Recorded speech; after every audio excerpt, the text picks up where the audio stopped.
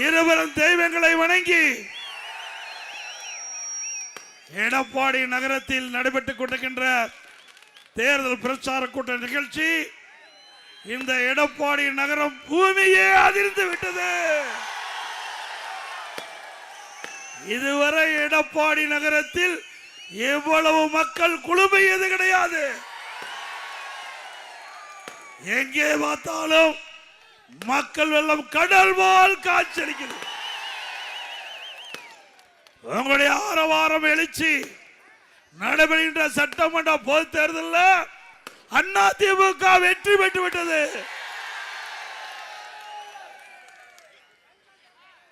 எப்போ எடப்பாடி சட்டமன்ற தொகுதியில் அனைத்து இந்திய அண்ணா திராவிட முன்னேற்ற கழகத்தின் சார்பாக தலைமை கழகம் மூலமாக தேசிய ஜனநாயக கூட்டத்தில் அங்கம் வைக்கின்ற அனைத்து இந்திய அண்ணா திராவிட முன்னேற்ற கழகம் வேட்பாளராக எடப்பாடி சட்டமன்றத்திலே நான் போட்டியிடுகிறேன். எனக்கு இரட்டை சின்னத்திலே வாக்களியுங்கள். நம்முடைய சின்னம் புரட்சி தலைவர் எம்ஜிஆர் சின்னம், அம்மாவின் சின்னம், உங்களின் சின்னம், மக்களின் சின்னம், விவசாயியின் சின்னம், நெசவாளரின் சின்னம், விசைத்தறி தொழிலாளி சின்னம், ஏழையின் சின்னம், வெற்றி சின்னம். வாக்களிப்பீர் இரட்டைக்கு.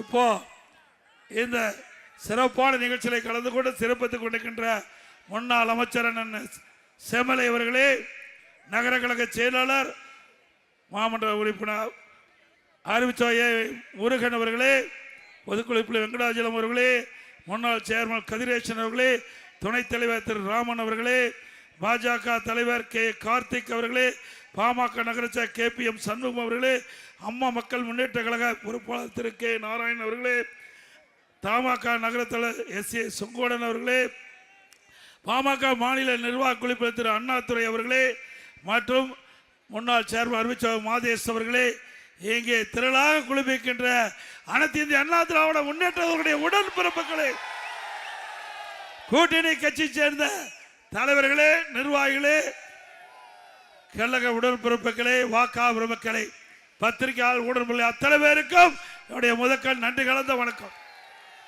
இப்போ நான் கன்னியாகுமரியிலிருந்து எல்லா பகுதிக்கும் பிரச்சாரத்துக்கு போயிட்டு வந்துட்டேன்.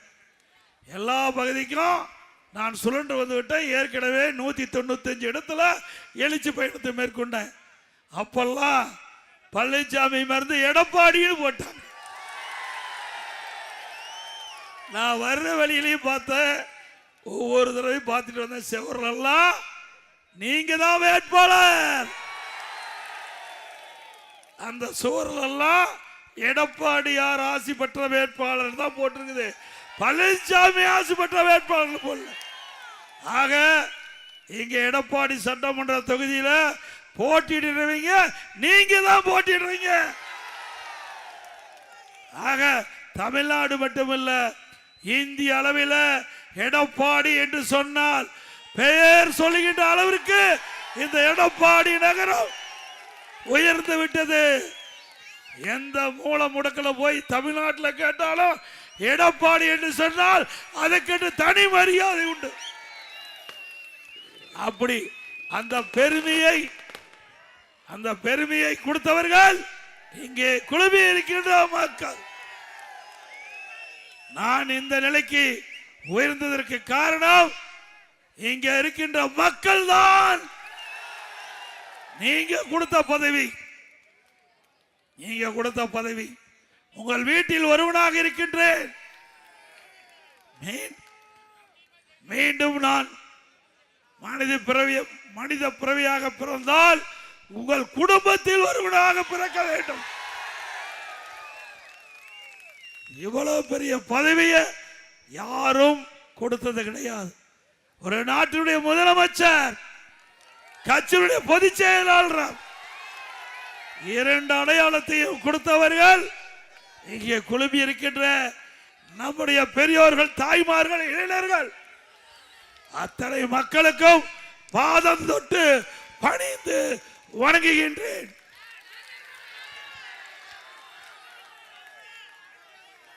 ஒரு மனிதன் பிறக்கின்றான், வாழ்கின்றான், இறக்கின்றான். இடப்பட்ட காலத்திலே மக்களுக்கு சேவை செய்வதுதான் நிலைத்து நிற்கும் மனதிலே. அப்படி பொன்மனச்செம்மல் புரட்சி தலைவர் அவர்கள் மண்ணிலே பிறந்தார், வாழ்ந்தார், சாதனை படைத்தார், மக்கள் மனதிலே வாழ்ந்து கொண்டிருக்கின்றார். இதே புரட்சி தலைவி அம்மா அவர்கள் மண்ணிலே பிறந்தார்கள், வாழ்ந்தார்கள், இடப்பட்ட காலத்திலே மக்களுக்கு சேவை செய்தார்கள், மக்களுக்கு உள்ளத்திலே வாழ்ந்து கொண்டிருக்கிறார். இன்றைய தினம் இரண்டு தலைவரும் நம்மிடத்திலே இல்ல. இரண்டு தலைவர்களுக்கும் நாம் தாம் பிள்ளைகள். இன்றைக்கு எத்தனையோ கட்சிகள் தமிழகத்தில் இருக்கின்றது, இந்தியாவில் இருக்கின்றது. ஆனால் மக்களுக்காக வாழ்ந்த தலைவர் நம்முடைய தலைவர்கள், நமக்காக வாழ்ந்து மறைந்த தலைவர்கள். அவருக்கு என்று வாரிசு கிடையாது. இங்க இருக்கின்ற மக்கள் தான் வாரிசு. அதை எண்ணித்தான் திட்டத்தை போட்டார்கள். அந்த திட்டம் மக்களுக்கு நன்மை கிடைத்தது. அதனால் இருவரும் தலைவர்கள் மக்கள் உள்ளத்திலே வாழ்ந்து கொண்டிருக்கின்றார்கள். அதே போல ஒரு மனிதன் பிறக்கின்றான், வாழ்கின்றான், இடைப்பட்ட காலத்திலே மக்களுக்கு என்ன சேவை செய்கின்றானோ அவன்தான் மக்கள் மனதிலே நிலைத்து இருப்பான். அந்த இருவரும் தலைவர் வழியிலே இரவென்றும் பகலென்றும் பாராமல் மக்களுக்காக நாங்கள் உழைத்தோம். நான் பதவி ஏற்கின்ற பொழுது எவ்வளவு கடுமையான சூழ்நிலை என்று உங்களுக்கு நன்றாக தெரியும். கடுமையான வறட்சி, அதையும் சமாளித்தோம். டெல்டா மாவட்டம் புயலால் கடுமையாக பாதிக்கப்பட்டது, அந்த மக்களையும் காப்பாற்றிடும். கொரோனா காலம், ஒரு வருடம் யாரும் வெளியில் வர முடியல, வர முடிஞ்சுதா? அந்த காலகட்டத்திலையும் சோதனையான நேரத்திலும் மக்களுடைய உயிர் விலை மதிக்க முடியாத உயிரை காப்பாற்றிய அரசாங்கம் அதிமுக அரசாங்கம். இன்றைக்கு இந்த கொரோனா வைரஸ் எளிதாக காற்றிலே பரவக்கூடியது. இதுவரை அந்த நோயை நாம் பார்த்ததில்லை. அந்த நோய் தாக்கப்பட்டால் என்ன அறிகுறி என்று கூட தெரியாம அதற்கு என்ன சிகிச்சை அளிக்க வேண்டும் என்பது கூட மருத்துவருக்கு தெரியாது. அப்படிப்பட்ட காலகட்டத்தில் நம்முடைய அரசாங்கம் சிறப்பாக செயல்பட்டு நம்முடைய மருத்துவர்கள் சிறந்த சிகிச்சை அளித்து விலைமதிக்க முடியாத தமிழ்நாட்டு மக்களுடைய உயிரை காப்பாற்றிய அரசாங்கம் அதிமுக அரசாங்கம். இன்றைக்கு வல்லரசு நாடு அமெரிக்கா போன்ற வல்லரசு நாட்டில் கூட உயிர்களை காப்பாற்ற முடியல. பல்லாயிரக்கணக்கானவர்கள் செத்து மடிந்தார்கள். அந்த காலகட்டத்தில் நம் குடும்பத்தில் நெருங்கிய உறவினர்கள் இருந்தால் கூட துக்கத்துக்கு போல, அவ்வளவு பயம். அந்த காலகட்டத்தில் கூட மக்களுடைய பிரச்சனையை தீர்க்க வேண்டும் என்பதற்காக நான் 32 மாவட்டத்துக்கு சென்றேன். 32 மாவட்டத்துக்கு துணிச்சலோட போனேன். மருத்துவர்கள் சொன்னாங்க, தயவு செய்து எச்சரிக்கையா இருங்க, இது கடுமையாக பாதிக்கக்கூடிய நிலையிலே இருக்குது தமிழ்நாடு. மருத்துவர்கள் என்னிடத்திலே எச்சரிக்கை விடுத்தாங்க. அதை பற்றி கவலை இல்லை, எனக்கு கொடுத்த வாய்ப்பு மக்களுடைய உயிர்களை காப்பாற்ற வேண்டும். எப்படி இருந்தாலும் பரவாயில்லை, ஆண்டவன் நம் தலையிலே எழுதினால் நடக்கும். அதன்படி ஒவ்வொரு மாவட்டத்திற்கும் சென்றேன். அங்கங்க கொரோனா வைரஸ் பரவலை எப்படி தடுக்கப்படுகிறது என்று மாவட்ட ஆட்சியாளர் மூலமாக அனைத்து அதிகாரிகளும் அழைத்து ஆலோசனை நடத்தி தக்க அறிவுரை வழங்கி அந்த காலகட்டத்தில் மக்கள் நிம்மதியாக வாழ்ந்தார்கள். இன்றைய தினம் கொரோனா இருக்குதா?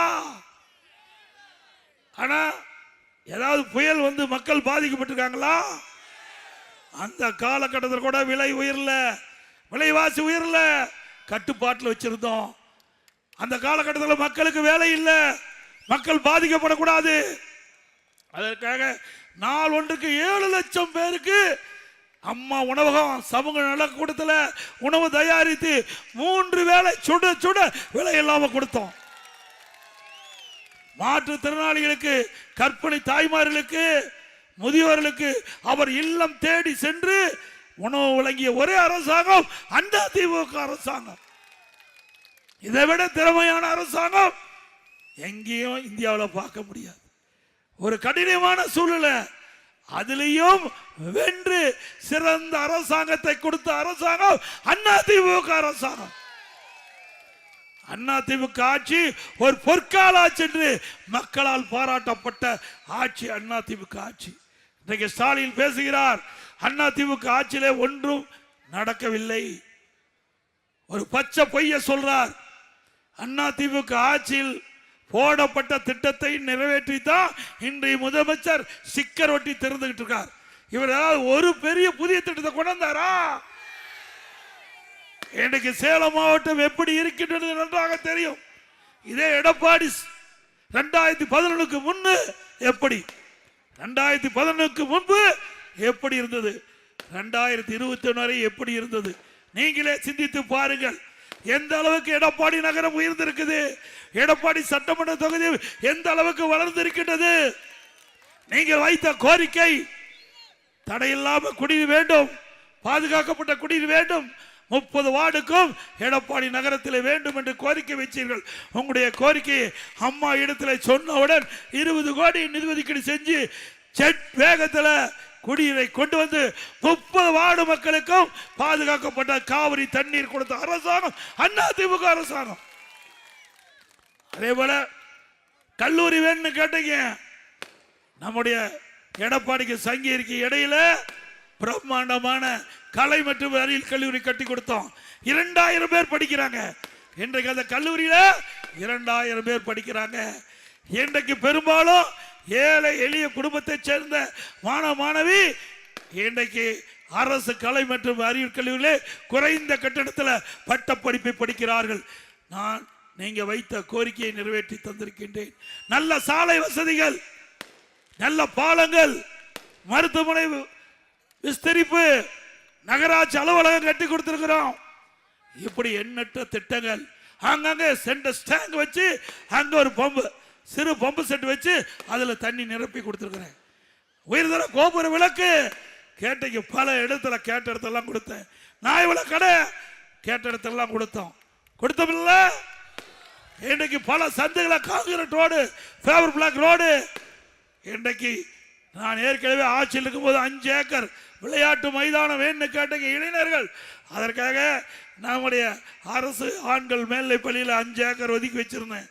பல முறை இந்த அரசுக்கு நான் தொடர்ந்து அழுத்தம் கொடுத்ததுனால நம்முடைய இளைஞர்கள் விளையாடுவதற்கு விளையாட்டு அரங்கம் கொடுக்கப்பட்ட வாக்குறுதியை நிறைவேற்றி கொடுத்துட்டேன். கூடுதல் பள்ளி கட்டிடம், இத்தனையும் அதிமுக ஆட்சி. இன்றைக்கு நீங்கள் என்னென்ன கோரிக்கை வைத்தீர்களோ அத்தனையும் நிறைவேற்றி தந்திருக்கின்றேன்.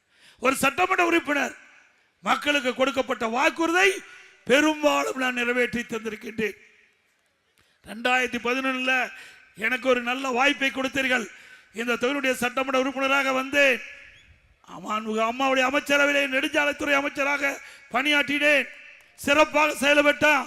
இந்த நாட்டுடைய தரவழி போக்குவரத்து துறை அமைச்சர் மரியாதைக்கு நிதின் கட்காரி அவர்கள் நாடாளுமன்றத்தில் தெரிவித்தார், இந்தியாவிலே தார் சாலை அதிக நீளமுள்ள மாநிலம் தமிழ்நாடு. எல்லா நம்முடைய பகுதி மட்டுமல்ல, தமிழ்நாடு முழுவதும் சிறப்பான சாலையை அமைச்சு கொடுத்த அம்மா என்னை பாராட்டி 2016 மீண்டும் எடப்பாடி சட்டமன்ற தொகுதியிலே போட்டியிடுவதற்கு வாய்ப்பு கொடுத்தாங்க. உங்களால் வெற்றி பெற்ற கூடுதலா நெடுஞ்சாலைத்துறை, பொதுப்பணித்துறை 2 துறையும் கொடுத்தார்.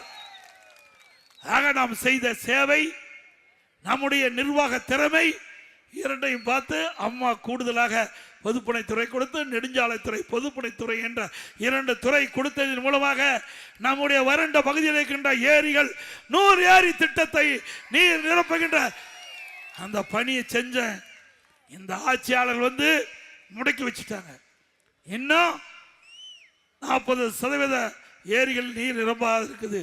மீண்டும் அதிமுக ஆட்சியதுடனே அந்த எஞ்சிய ஏரிகள் அனைத்தும் நீர் நிரப்பப்படும். அதே போல எங்க நெசவாளர் பெருமக்கள் அதிகமா இருக்கிறீங்க, விசைத்தறி தொழில் அதிகமா இருக்குது. அதுக்கு பல வழிகளில் இன்றைக்கு இந்த அரசாங்கத்தில் பாதிக்கப்பட்டிருக்கிறாங்க. இதையெல்லாம் அதிமுக ஆட்சி வந்த பிறகு நெசவாளர்களை காப்பாற்றப்படும், விசைத்தறி தொழில் செழித்து வளரும். 2 தொழில் பிரணாத தொழில், விவசாயம், கைத்தறி, விசைத்தறி, இதுதான் நம்முடைய நகரத்தினுடைய பிரதான தொழில். முழுமையும் எனக்கு நன்றாக தெரியும். ஆக அதிமுக ஆட்சியுடனே 2 தொழிலும் சிறக்க அதிமுக அரசு நடவடிக்கை எடுக்கும் என்பதை இந்த நேரத்தில் தெரிவித்துக் கொள்கிறேன். அதோட அரசு பள்ளியில் படித்த மாணவர்கள் அவர்கள் சாதாரண ஏழை குடும்பத்தைச் சேர்ந்தவர்கள், நெசவாளர் குடும்பத்தைச் சேர்ந்தவர்கள், ஏழை எளியோர்கள், நடுத்தர மக்கள் தான் அரசு பள்ளியிலே படிக்கிறார்கள். அப்படிப்பட்ட மாணவன் மருத்துவராக வேண்டும், அவருடைய கனவு நனவாக வேண்டும் என்பதற்காக அதிமுக ஆட்சியிலே எதிர்கட்சிகள் கோரிக்கை வைக்கல, பொதுமக்கள் கோரிக்கை வைக்கல. என் சிந்தனையிலே தோன்றியது ஏழை மாணவன் அரசு பள்ளியை படித்துக் கொண்டிருக்கின்றான், அப்படிப்பட்ட மாணவன் மருத்துவராக வேண்டும் என்ற அடிப்படையில் 7.5% உள்ளிடஒதுக்கீடை கொண்டு வந்து சட்டம் இயற்றப்பட்டு அமுல்படுத்தப்பட்டு இன்றைய தினம் 3000 பேர் அரசு பள்ளி படித்த ஏழை மாணவர்கள் மருத்துவ கல்வி கிடைச்சிருக்குது. இன்றைக்கு இந்த மருத்துவ கல்வி கிடைக்கப்பட்ட மாணவர்கள் அத்தனை பேரும் ஏழைகள், மருத்துவ கல்வி கட்டணம் செலுத்த முடியவில்லை. என்னுடைய கவனத்துக்கு வந்தவுடன் அரசாங்கமே மருத்துவ கல்வி கட்டணத்தை செலுத்தும் உத்தரவு போட்டு அந்த 7.5% உள்ளிடஒதுக்கீட்டில் இடம் கிடைத்த மாணவர்கள் ₹1 செலவு இல்லாம மருத்துவ கல்வி கிடைக்குது. இது அதிமுக சாதனை. ஏழைகளை வாழ வைத்த அரசாங்கம் அதிமுக அரசாங்கம்.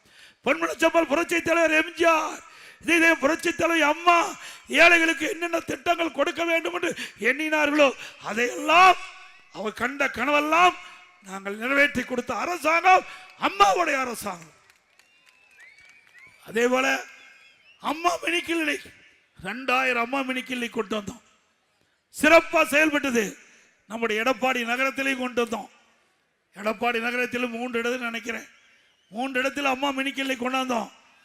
மக்கள், ஏழை மக்கள் எரிந்த பகுதி, அங்கே ஒரு MBBS டாக்டர், ஒரு நர்ஸ், ஒரு மருத்துவ உதவியாளர், அங்க இருக்கின்ற ஏழை மக்கள் நேரடியாக அம்மா மினி கிளினிக் சென்று சிகிச்சை பெறலாம்.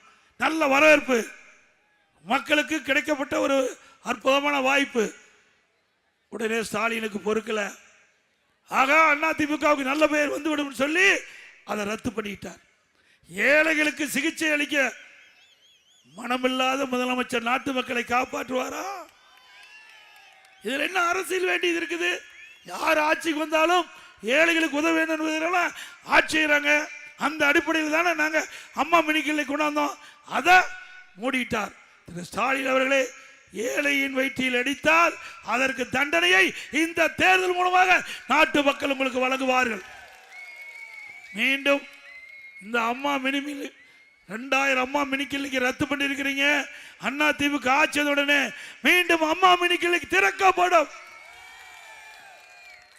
அதே போல அம்மா உணவகம் சிறப்பாக செயல்பட்டது. இன்றைக்கு கொரோனா காலத்தில் அம்மா உணவகம் தான் கை கொடுத்தது தொழிலாளருக்கு. இன்றைக்கு மலிவு விலையில தரமான உணவு கொடுத்தோம். இந்த ஆட்சியில் தரத்தை குறைச்சிட்டாங்க, பணியாளரை குறைச்சிட்டாங்க. அம்மா உணவகத்தை மூடுவதற்கு பல வழிகளில் நடவடிக்கை எடுத்துட்டு இருக்கிறாங்க. மீண்டும் அதிமுக ஆட்சிக்கு வந்தா ருசியான சுவையான உணவு அம்மா உணவகத்திலே வழங்கப்படும். அது மட்டும் இல்ல, இந்த அம்மா உணவகம் முதலமைச்சருடைய நேரடி பார்வையிலே செயல்படும். அதே போல ரேஷன் கடையில் வழங்கப்படுகின்ற அரிசி தரம் குறைவாக இருப்பதாக என்னிடத்திலே புகார் வந்துள்ளது. மீண்டும் அதிமுக ஆட்சி அமைந்தவுடன் ரேஷன் கடையில் வழங்கப்படுகின்ற அரிசி எப்படி மளிகை கடையில் தரம் ஒன்னா இருக்குதோ அது போல ரேஷன் கடையில் வழங்கப்படுகின்ற அரிசி நம்பர் 1 அரிசியா இருக்கும். அரசாங்கத்துக்கு எத்தனை ஆயிரம் கோடி செலவானாலும் பரவாயில்ல, ஆனா ஏழைகளுக்கு கொடுக்கப்படுகின்ற அரிசி சிறப்பான அரிசியா இருக்கணும், தரமான அரிசியா இருக்க வேண்டும். அதே போல அதிமுக ஆட்சி அமைந்தவுடனே இப்ப விலையில அரிசி தான் கொடுக்கிறோம். இனிமேல் விலையில பருப்பு கிடைக்கும், விலையில எண்ணெயும் வழங்குவோம். அதே போல நகரத்தில் வசிக்கின்ற மக்கள் இன்னைக்கு ஜாதி மதம் கிடையாது. ஏழைகள் வீடு இல்லாம இருந்தா அத்தனை ஏழைகளுக்கு அற்புதமான காங்கிரீட் வீடு கட்டி கொடுக்கப்படும். பட்டியலின மக்கள், ஆதிராள மக்கள், அரிதிர மக்கள், அந்த குடும்பத்தில் பிறந்த ஆண் வாரிசு திருமணமாகி தனி குடித்தனம் போனா அவர்களுக்கு வீடு இல்லாம கஷ்டப்படுவதாக தகவல். அப்படி திருமணமாகி தனி குடித்தனம் போகின்ற ஆதிராள மக்கள், அரிதிர மக்களுக்கு அரசாங்கமே சொந்தமான நிலம் வாங்கி அற்புதமான காங்கிரீட் வீடு கட்டி கொடுக்கப்படும்.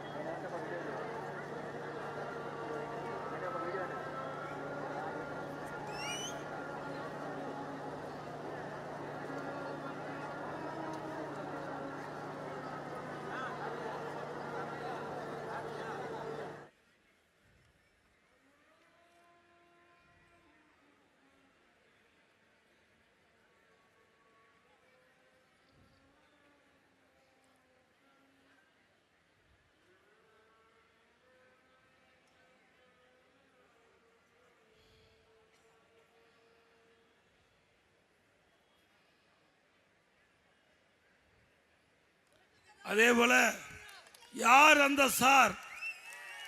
யார் அந்த சார்? அண்ணா பல்கலைக்கழகத்தில் அங்கே படித்துக் கொண்டிருந்த மாணவிக்கு பாலியல் சீண்டல் நடந்து உங்களுக்கு தெரியும்.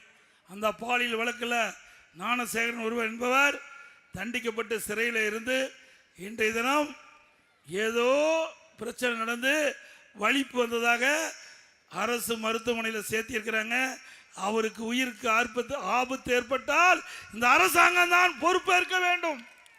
ஏன்னா அதிமுக ஆட்சிக்கு வந்துருன்னு அவருக்கு தெரிஞ்சிட்டது.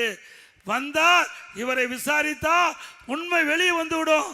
அதனால ஏதோ சிறைச்சாலையிலேயே ஏதோ நடந்ததாக பரவலான தகவல். இந்த ஆட்சியாளருக்கு எச்சரிக்கையை விடுகின்றோம். அப்படி ஏதாவது அவருக்கு உயிருக்கு ஆபத்து ஏற்பட்டால் அதற்கு முழு பொறுப்பு இந்த அரசாங்கம் தான். அதே போல இன்னைக்கு நீங்க கேட்டதெல்லாம் கொடுத்தோம். போக்குவரத்து கிட்டத்தட்ட 16 வழித்தடங்களில் போக்குவரத்து நாம் இயக்கியிருக்கிறோம். பேருந்து இயக்கியிருக்கிறோம். பல பேருக்கு ஓஏபி கொடுத்துருக்குறோம், பட்டா கொடுத்துருக்குறோம், அதே போல் வீடுகள் கொடுத்துருக்குறோம்.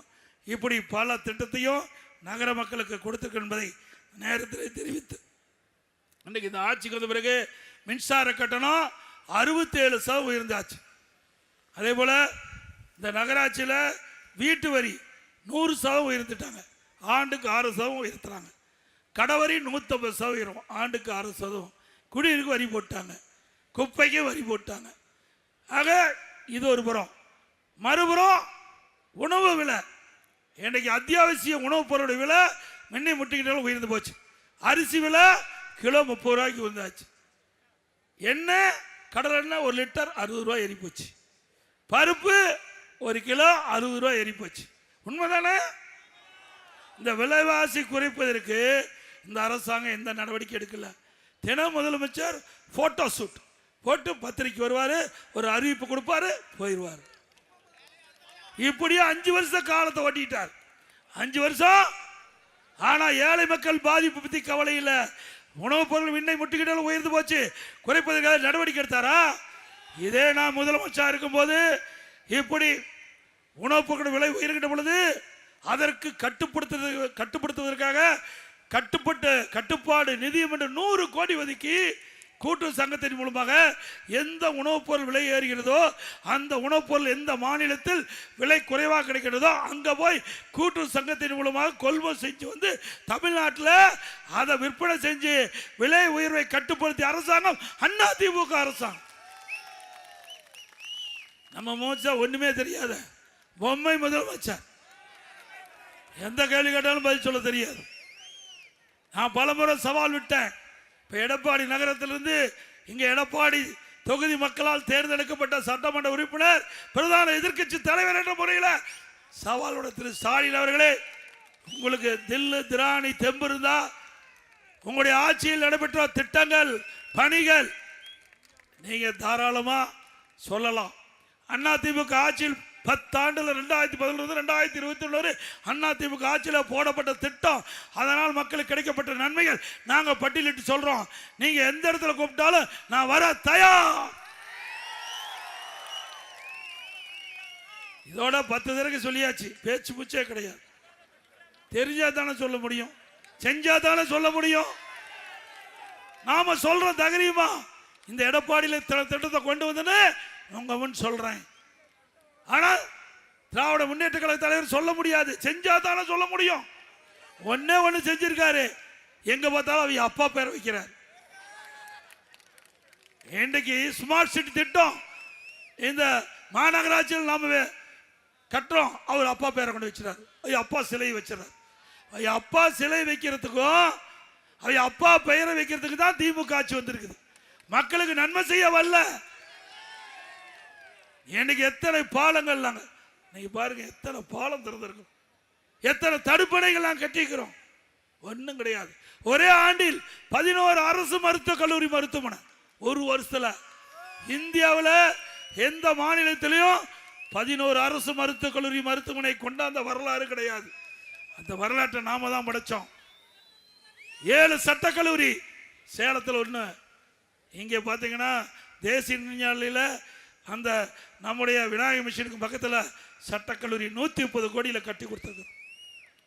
21 பாலிடெக்னிக் கல்லூரி, 68 கலை மற்றும் அறிவியல் கல்லூரி, 4 பொறியியல் கல்லூரி, 4 வேளாண்மை கல்லூரி, 5 கால்நடை ஆராய்ச்சி மருத்துவ ஆராய்ச்சிலையும் ஒரு மிகப்பெரிய கால்நடை பூங்கா கட்டி திறக்காது.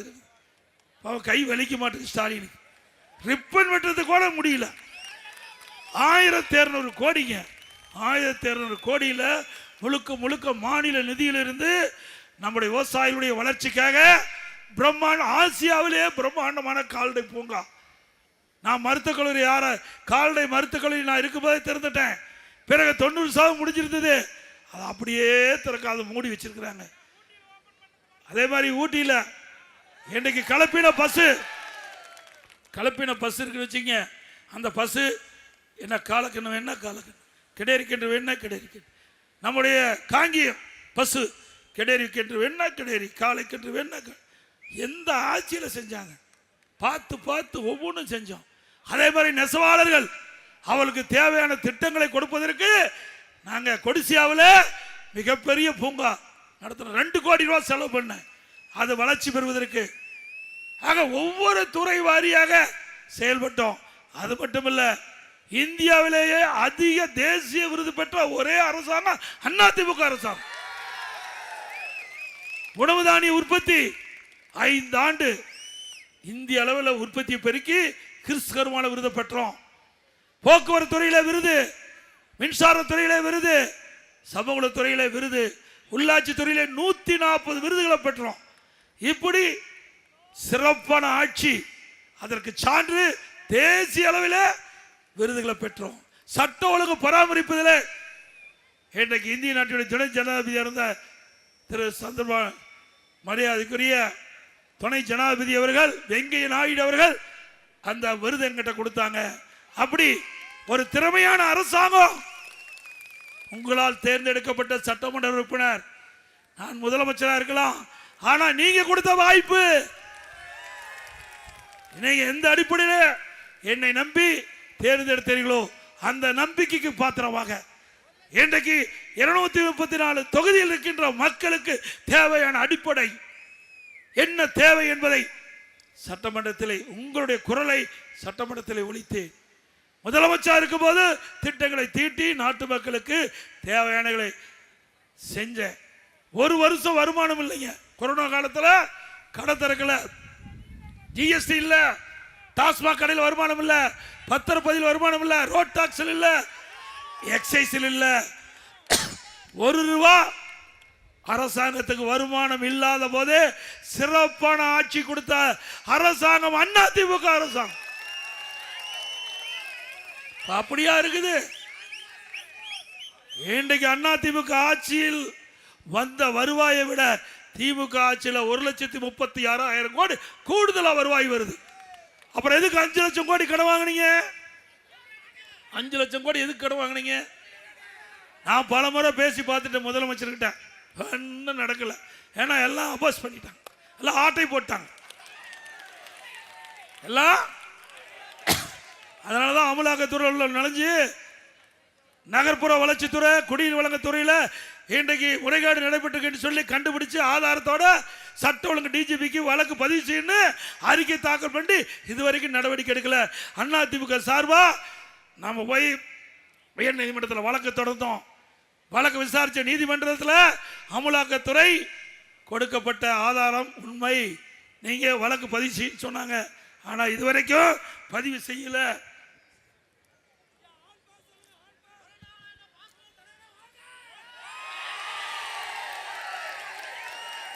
அதான் நீங்களே சொல்லிட்டீங்களா ஆல் பாஸ்.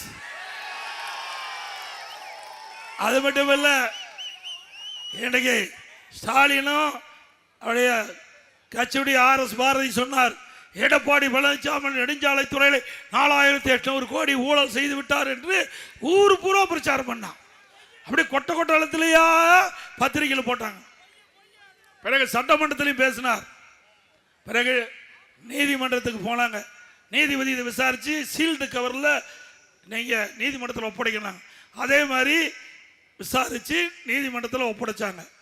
அந்த ஜட்ஜி படிச்சுட்டு அதை பிரித்து படிக்கல. மேலிருந்த வாரியாக பார்த்தால் எடப்பாடி பழனிசாமி குற்றம் புரிந்தவராக தெரியுது, சிபி வழக்கு போடுங்கட்டான். அந்த நீதிபதி சொல்லிட்டார். நான் உடனே உச்ச நீதிமன்றத்துக்கு போனேன். படித்து பார்த்து சொல்லியிருந்தா அதை பற்றி கவலை இல்லை, அது நீதிமன்ற தீர்ப்பு. நீதிமன்ற தீர்ப்பில் நம்ம தலையிட முடியாது. உச்ச நீதிமன்றம் பார்த்து படிக்காத இருக்கிறதுனால நாங்கள் படிச்சிட்டோம் அப்படின்னு தடையாணம் கொடுத்துட்டாங்க. பிறகு இந்த ஆட்சி வந்த பிறகு அந்த தடையாணை நீக்கி விசாரிச்சாங்க. விசாரிக்கும் போது இன்றைக்கு நீங்கள் உயர்நீதிமன்றத்தில் போய் விசாரணை நடத்தினாங்க. நாங்கள் விசாரணை நடத்த வரும்போது யார் கேஸ் போட்டாங்களோ, திமுக கட்சி சேர்ந்த யார் கேஸ் போட்டாரோ திரு RS பாரதி, நான் வழக்க திரும்ப பெற்றுக்கிறேன். வழக்க நான் முடியாது. இத்தனை நாள் பேசுனது என்னாச்சு? என்னை பற்றி ஊர் ஊரா எடப்பாடி பழனிசாமி ஊழல் செய்தான்னு சொன்னீங்கல்ல, சட்டமன்றத்தில் பதிவாயிருக்குல்ல, பதிவை எடுக்க முடியுமா? இன்னும் 50 வருஷம் 100 வருஷம் ஆனாலும் அந்த பதிவை நீக்க முடியாது. அப்போ எடப்பாடி பழனிசாமி ஊழல் செய்ததாக மக்கள் எண்ணிக்கொள்வார்கள். அதனால நான் நடத்துறேன். அப்புறம் நீதிபதி சொன்னார், ஏங்க நீ கேஸ் போட்டவரே வாபஸ் வாங்கிக்கிறாரு, ஏன் உங்கள் தலைவர்கிட்ட சொல்லி நீங்கள் திரும்ப பெற்றுக்க வேண்டியது தானே, ஏன் தேவையில்லா பிரச்சனை தலையிடுறாங்க? நான் மடியில் கனம் இல்லை, வழியில் பயம் இல்லைங்க. எங்கள் வக்கீல்கிட்ட சொன்னேன், நாம் நடத்தலாம் அப்படின்ட்டான். நடத்துறேன், விடுதலையாகி உங்க முன் வந்து நிற்கிறேன். அப்புறம் உச்ச நீதிமன்றம் போனார். இந்த முதலமைச்சர் உச்ச நீதிமன்றம் போனார். உச்ச நீதிமன்றத்தில் விசாரிச்சுட்டு 1.5 மணி நேரம் விசாரணை முடிஞ்ச பிறகு ஜட்ஜ்மெண்ட் எல்லாம் தள்ளி வைக்கல, அப்படியே டேபிள்லயே கேஸ் டிஸ்மிஸ். ஏன்னா டெண்டர் வச்சாங்க, டெண்டர் ரத்தாயிட்டுது. உலக வங்கியில பணமும் கொடுக்கல, அதில் எப்படி ஊழல் செய்ய முடியும்? பணமும் கொடுக்கல, டெண்டரை ரத்து, அது எப்படி ஊழல் செய்ய முடியும்? எப்படி? எனக்கே எப்படின்னா உங்களுக்கெல்லாம் எப்படி இருக்கும்? ஒரு முதலமைச்சராக இருக்கும் போதே இவ்வளவு பச்சை பொய்ய சொல்லி வழக்கு போடுறாங்கன்னா இந்த திமுக கட்சி எப்பேற்பட்ட கட்சியா இருக்கும்? ஆனா ஒண்ணு, இந்த பாட்டாளி மக்கள் கட்சி கொடி பறக்குதுல, பறக்குதா? எதனால பறக்குது? காத்துல பறக்குது. காத்த கண்ணுல பார்க்க முடியுமா? காற்றில் பார்க்க முடியாத, காற்றில் பார்க்க முடியாத, அதுல கூட ஊழல் செய்கிற ஒரே கட்சி திமுக கட்சி. 2G ஸ்பெக்ட்ரம், 2G ஸ்பெக்ட்ரம் அலைக்கற்ற 1,74,000 கோடி கொள்ளையடிச்சிட்டு நம்ம பத்தி ஊழல் பத்தி பேசுறாங்க. அது மட்டும் இல்ல, இந்த வேட்டை கட்டிட்டு டெல்லிக்கு போனா ஒரு மாதிரியா பாக்குறான், மேலங்கிலையும் நம்மள பாக்குறான். விமான நிலையத்திலிருந்து இறங்கி போனா பல பேர் வேட்டி கட்டிட்டு போதில்ல, ஃபேண்ட் போட்டுட்டு தான் போறான். ஏன்னா 1,74,000 கோடி கொள்ளையடிச்சது நம்மளே அதே மாதிரி கணக்கில் சேர்த்துறான். கொள்ளையடிச்சது திமுக காரன், நம்ம வேஸ்ட் கட்டிட்டு போனா நம்ம ஒரு மாதிரி பாக்குறாங்க. இந்தியா மட்டும் இல்லைங்க, உலகத்திலேயே ஒரு டிபார்ட்மெண்ட்ல 1,74,000 கோடி கொள்ளையடித்த ஒரே கட்சி திமுக கட்சி. அப்படிப்பட்ட கட்சி மீண்டும் ஆட்சிக்கு வர வேண்டுமா? இன்றைய தினம் ஊழல் நிறைந்த அரசாங்கம், எல்லாம் ஊழல் தான், ஊழல் இல்லாத துறையே இல்லை. இன்றைக்கு அந்த கொள்ளையடித்த பணத்தை வச்சுக்கிட்டு தான் ஆட்டம் போட்டுக்கிட்டு இருக்கிறாங்க. அதுக்கெல்லாம் முடிவு கட்டிக்கிட்ட தேர்தல் இந்த சட்டமன்ற தேர்தல். முடிவு கட்டுவீங்களா? குடும்ப ஆட்சிக்கு முடிவு கட்டுவீங்களா? வாரிசு அரசியலுக்கு முடிவு கட்டுவீங்களா? ஆக எடப்பாடியில் சொல்லுகின்ற குரல் எதிர்காலத்தில் நாட்டில் ஒழிக்கும். வருகின்ற சட்டமன்ற பொதுத் தேர்தலில் மேலும் உங்களுக்கு சேவை செய்ய 1999 கொடுத்தீங்க, 1991 கொடுத்தீங்க, 98 MP கொடுத்தீங்க, 2011 எம்எல்ஏ கொடுத்தீங்க, 2016 எம்எல்ஏ கொடுத்தீங்க, 2021 எம்எல்ஏ கொடுத்தீங்க, 2026 ஒரு வாய்ப்பை தாருங்க. வாய்ப்பை தந்து மீண்டும் உங்களுக்கு சேவை புரிய ஒரு அரிய வாய்ப்பை தாருங்கள். இந்த இப்பொழுது நடக்கின்ற சட்டமன்ற பொதுத் தேர்தலில் இன்றைக்கு வரலாற்றை படைக்க வேண்டும். தமிழகத்தில் இருக்கின்ற 234 தொகுதியில் அதிக வாக்கு வித்தியாசத்தில் வெற்றி பெற்ற தொகுதி எடப்பாடி சட்டமன்ற தொகுதி. செய்வீர்களா?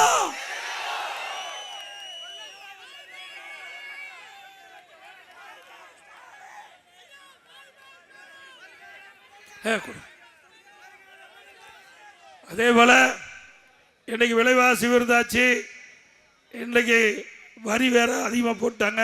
இதனால மக்கள் பாதிக்கிறாங்க. அந்த பாதிப்பிலிருந்து மீட்டெடுக்க வேண்டும் என்பதற்காக அதிமுக ஆட்சி அமைந்தவுடனே எல்லா குடும்ப அட்டைதாரருக்கும் அவருடைய வங்கி கணக்கில் 10,000 ரூபாய் சிறப்பு உதவித்தொகை வழங்கப்படும். ஒவ்வொரு குடும்ப அட்டையில் இருக்கின்ற குடும்ப தலைவியின் பெயரில் வங்கி கணக்கில் மாதந்தோறும் 2,000 ரூபாய் செலுத்தப்படும். எல்லா குடும்ப அட்டைதாரருக்கும் விலை இல்லாமல் ஃப்ரிட்ஜ் வழங்கப்படும். வேலைக்கு செல்லும் மகளிருக்கு 5 லட்சம் பேருக்கு அம்மா இருசக்கர வாகனம் வழங்கப்படும். ஒவ்வொரு அம்மா இருசக்கர வாகனம் வாங்குறதுக்கு 25,000 ரூபாய் மானியம் அளிக்கப்படும். இன்றைக்கு எல்லா குடும்ப அட்டைக்கும் வருடத்திற்கு 3 கேஸ் சிலிண்டர் விலையில்லாமல் வழங்கப்படும். ஒவ்வொரு தைப்பொங்கல் என்றும் பொங்கல் தொகுப்பு கொடுக்கிறாங்க. அந்த பொங்கல் தொகுப்போடு 1000 ரூபாய் ரொக்கப்பணம் வழங்கப்படும். ஒவ்வொரு தீபாவளி என்றும் நம்முடைய பெண்களுக்கு அற்புதமான பட்டு புடவை வழங்கப்படும். நகர பேருந்தில் பெண்கள் தான் கட்டணம் இல்லாமல் பயணம் செய்கிறாங்க. அதிமுக ஆட்சி அமைந்தவுடனே இனி ஆண்களும் நகர பேருந்தில் கட்டணம் இல்லாமல் பயணம் செய்யலாம். மாற்றுத்திறனாளிகள் கூட்டுறவு சங்கத்தில் வாங்கிய கடன் தள்ளுபடி செய்யப்படும். அதே போல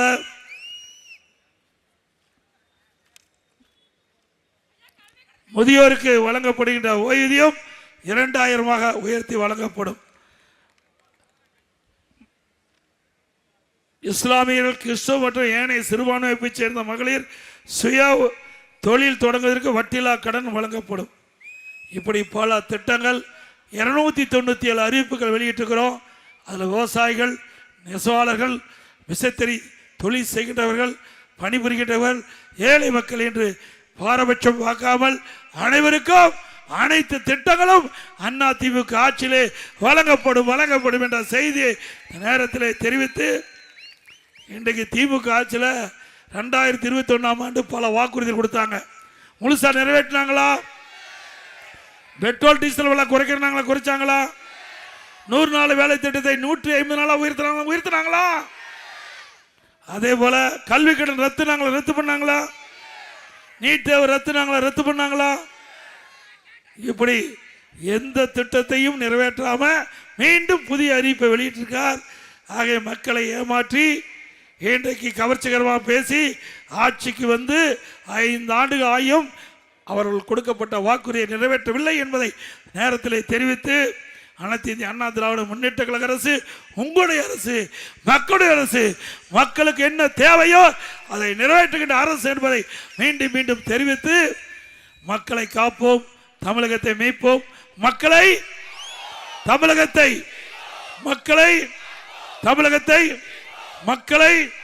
தமிழகத்தை ஸ்டாலின் மாடல் அரசு, ஃபெயிலியர் மாடல் அரசு.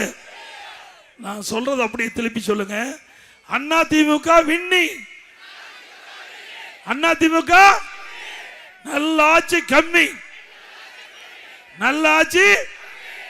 இங்கே மிக திரளாக இந்த தேர்தல் பிரச்சார கூட்ட நிகழ்ச்சியிலே கலந்து கொண்டுள்ள அத்தனை நல்ல உள்ளங்களுக்கும் நன்றி தெரிவித்து, மிக சிறப்பாக இந்த தேர்தல் பிரச்சார கூட்டத்தை நடத்திய இங்கே நகர கழக செயலாளருக்கும் மாவட்ட கழக செயலாளருக்கும் அவரோடு இணைந்து பணியாற்ற வார்டு கழக நிர்வாகிகளுக்கும் மற்றும் கூட்டணி கட்சி தலைவர்களுக்கும் நிர்வாகிகளுக்கும் வருகை தந்த அத்தனை பேருக்கும் நன்றி நன்றி நன்றி. வணக்கம்.